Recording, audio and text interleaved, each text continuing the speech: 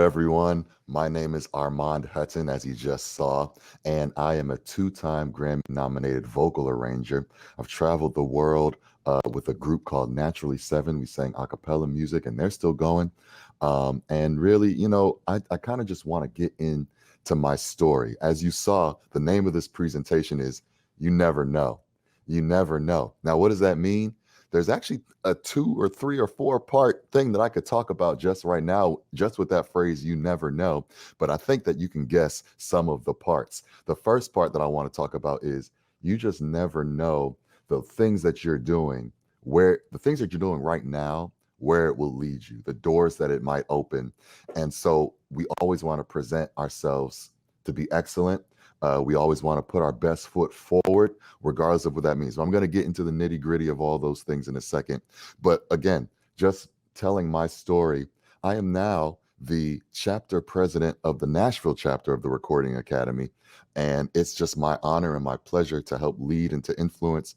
But I didn't know I was going to ever be here. This was never written down in my journal as a kid or my diary as a child and said, hey, one day I'm going to be doing the things that I'm doing.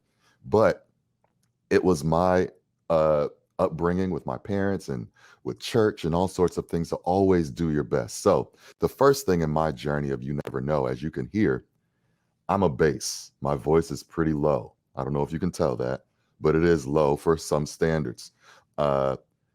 It wasn't always this way. My mother is a professional gospel singer. And so my first introduction to just touring and singing and playing professionally was on church stages around the world with my mother.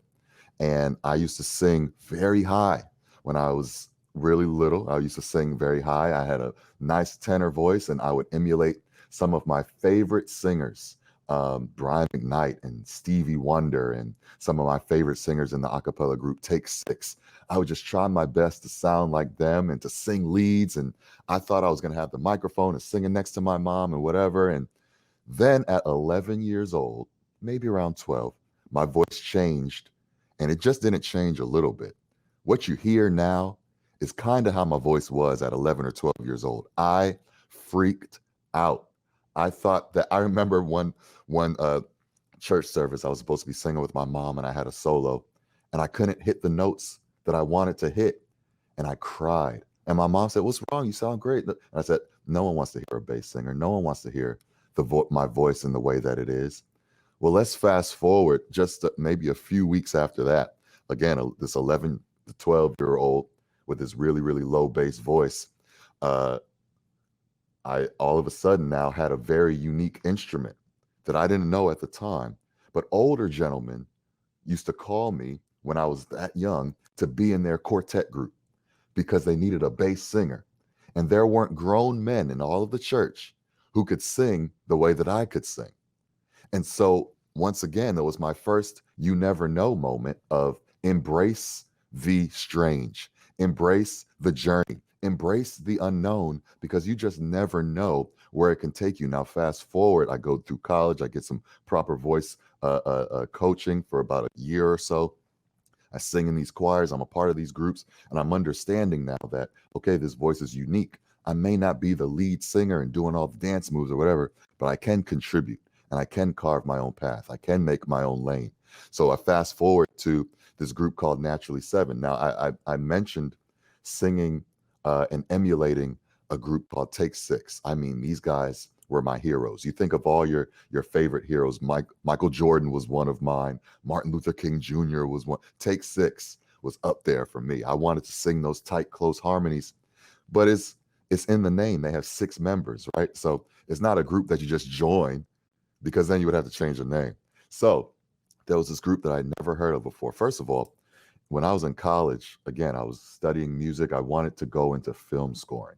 I really wanted to be an arranger because I was still under the assumption that no one really wanted to hear a bass singer, right? That's totally false, not true. But these are some of the things that we tell ourselves. And I do just want to pause here. And I know that as a creator, that we suffer from imposter syndrome. I know that as a creator, we suffer from just the voices in our head saying that we're not good enough, we're not adequate enough, you know. But my encouragement to you is, if it's in your heart, do it. Use the tools around you. Use the voice and the instrument you have. Continue to get better. Continue to seek guidance and counsel and to thrive in your gifting because you have something unique. You have something beautiful that can really impact, if not the entire world, the world around you. And that's what matters. So I say all that to say I was in college, an amazing college called Oakwood College down in Huntsville, Alabama, in the South in the United States. And the same college that my favorite group, Take Six, went to, right? My junior year of college, I'm sorry, my senior year, meaning this is the time where I'm supposed to graduate. I wanted to go into film scoring. I get a call from a group that I never heard of by the name of Naturally Seven. Now, Naturally Seven was already established group. They were touring already in Germany and Austria and Switzerland, and they had a name for themselves. And it was a cappella. So, of course, my antenna went up like, wow, I may have the opportunity to sing with this group, to sing bass. But it wasn't just singing bass with Naturally Seven. They wanted someone who could emulate the instruments, who could become the instrument. We had a style that we called vocal play, where we actually became the instrumentation. Now, this bass singer didn't just have a low voice, I also played the bass. I loved low tones. Once my voice changed, I started really just loving low frequencies. And we're talking about you never know. So I picked up the bass. I got pretty good at it, but never really great to like go and tour. I would play in churches and things like that. But just that learning now, let's fast forward a few years ago, like I said, with Naturally Seven. Naturally Seven wanted somebody to imitate the bass. So I already knew how to play. I had the fingerings, I had the movements, I had the sound.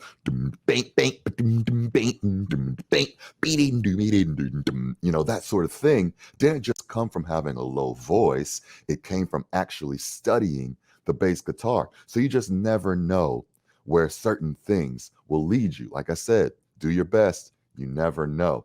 So I was in Naturally Seven, touring the world, having a great time. But I had this desire to kind of start my own thing in Nashville, my own label, my own sort of community.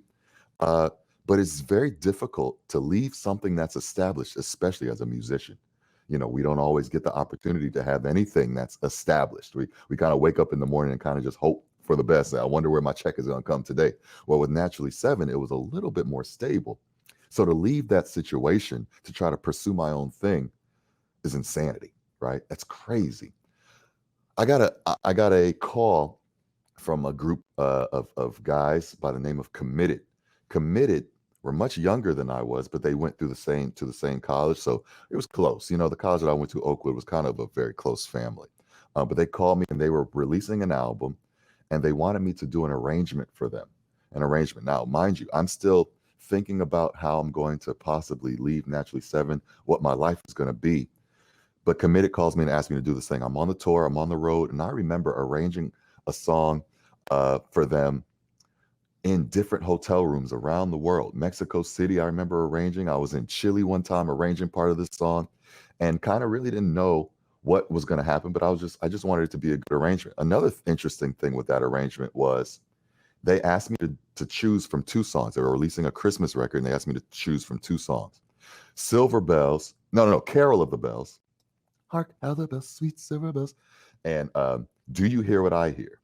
Uh, I don't like either of those songs, if I'm being fully honest. So I chose the song that I didn't like the least, which was Do You Hear What I Hear?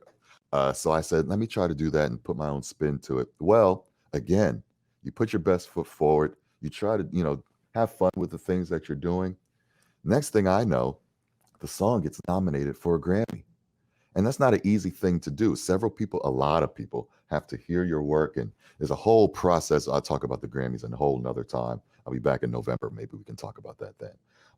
But it's a serious process. But it got a nomination. And it was just one of those things where you never know. Now, we don't aspire to win awards and we don't do the things that we do just for the recognition around us. We do want to make an impact with the gift that we have. We do want to bring joy to people, but you just never, ever know where the things that you're doing. So fast forward years to go, we talked about the Grammys. With that Grammy nomination, I got seeped into the world of the Recording Academy and understanding that there's more to being a part of the Recording Academy than just the Grammys. There's Music Cares, which helps people in their times of needs. There's education aspects where we give scholarships to deserving students. I wrote a proposal really quickly in the acapella world to try to change some of the things that go on with the Grammys. It was just this little proposal. I'm a musician. I don't write proposals, but I took the time to kind of figure out how to do it. That proposal was taken to the Board of Trustees, taken to the national office, and they encouraged me to run to be a governor here in the Nashville chapter. Then I became vice president. Then I became president. To this day, I don't know what I'm doing, but you never know where the things that you're doing will lead you. You never fully know exactly what you're doing. So the first part is you never know what you're doing, where it will lead you. But then also you may feel like when you're doing your work and you're going to your lessons or doing the things that you do, you may just say, I don't know what I'm doing. That's okay. Keep going. There's someone out there who can help you figure it out, or in due time, you will figure it out yourself. But don't stop doing it. Even though you may not know what you're doing, don't stop doing it. Don't stop getting better, right? Don't stop encouraging people and being a source of inspiration, because you never know what they're going through. You never know what you're doing fully, and you just never know where it will lead you. I want to encourage you to be the best. Keep up with me on all sorts of Instagram platforms. Armand the Bass. We'll put all that information up someplace. But yeah, you just never know what you're doing, and I want to encourage you to just keep going. You're great. I'm proud of you already. You never know.